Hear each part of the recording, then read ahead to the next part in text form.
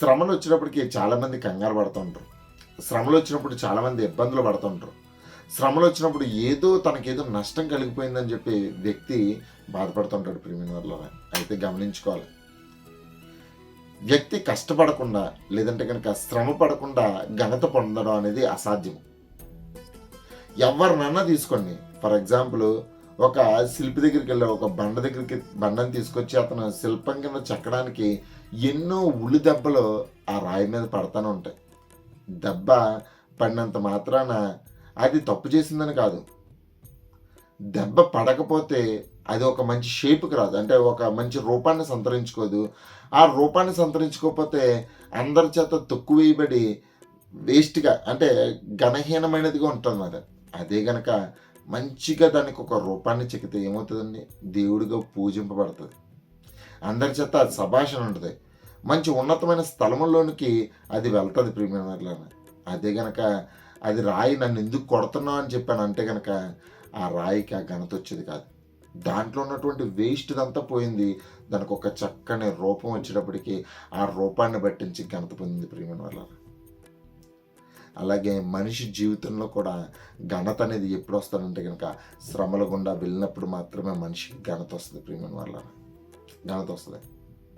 చాలామంది ఘనత వద్దంటున్నారు, ఎందుకంటే కనుక శ్రమలో వద్దంటే ఘనత ఉండదు. శ్రమలో కంపల్సరీ మనిషి జీవితానికి ఒక విలువను తీసుకొస్తాయి ప్రియమైన వాళ్ళ. అదే దేవుడు అనేక సందర్భాల్లో చెప్పుకుంటూ వచ్చాడు.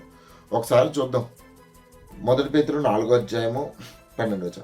ప్రియులారా, మిమ్మును శోధించుటకు మీకు కలుగుచున్న అగ్ని వంటి మహాశ్రమలను గురించి మీకు ఏదో ఒక వింత సంభవించినట్లు ఆశ్చర్యపడుకుని. ఏంటంటండి?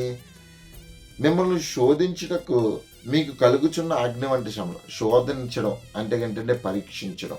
మొత్తం అతనికి ఉన్నటువంటి ప్రతిభను కనపరచడానికి వ్యక్తికి ఏమొస్తాయంటే కనుక శోధనలు వస్తుంటాయి. అతను ఎలాంటి వాడో, అతను ప్రతిదాన్ని ఎదుర్కోగలిగినటువంటి సామర్థ్యం కలిగిన వాడా అని చెప్పి ఆ వ్యక్తిని పరీక్షించడానికి ఒక పరీక్ష ఉంటుందన్నమాట.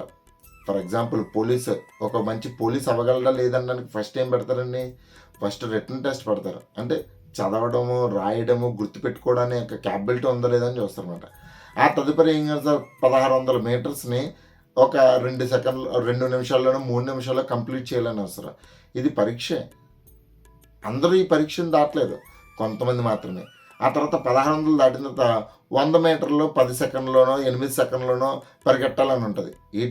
తనలో ఉన్నటువంటి సామర్థ్యాన్ని వెలికి తీయడానికి, అతను ఆ పోస్ట్కి సరైన వ్యక్తి కాదని తెలియడానికి పరీక్ష ఉంటుంది.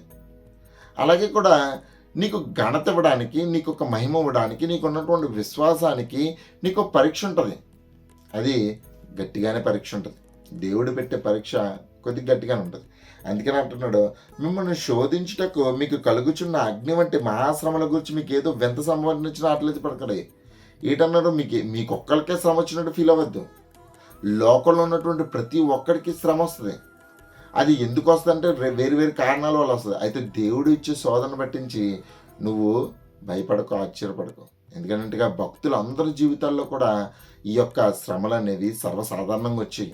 ఏమంటే ఏ ఒక్క భక్తునన్నా తీసుకోండి, వాళ్ళ శ్రమ లేకుండా వాళ్ళు సంపూర్తి కాలేదు ప్రియమైన వాళ్ళ.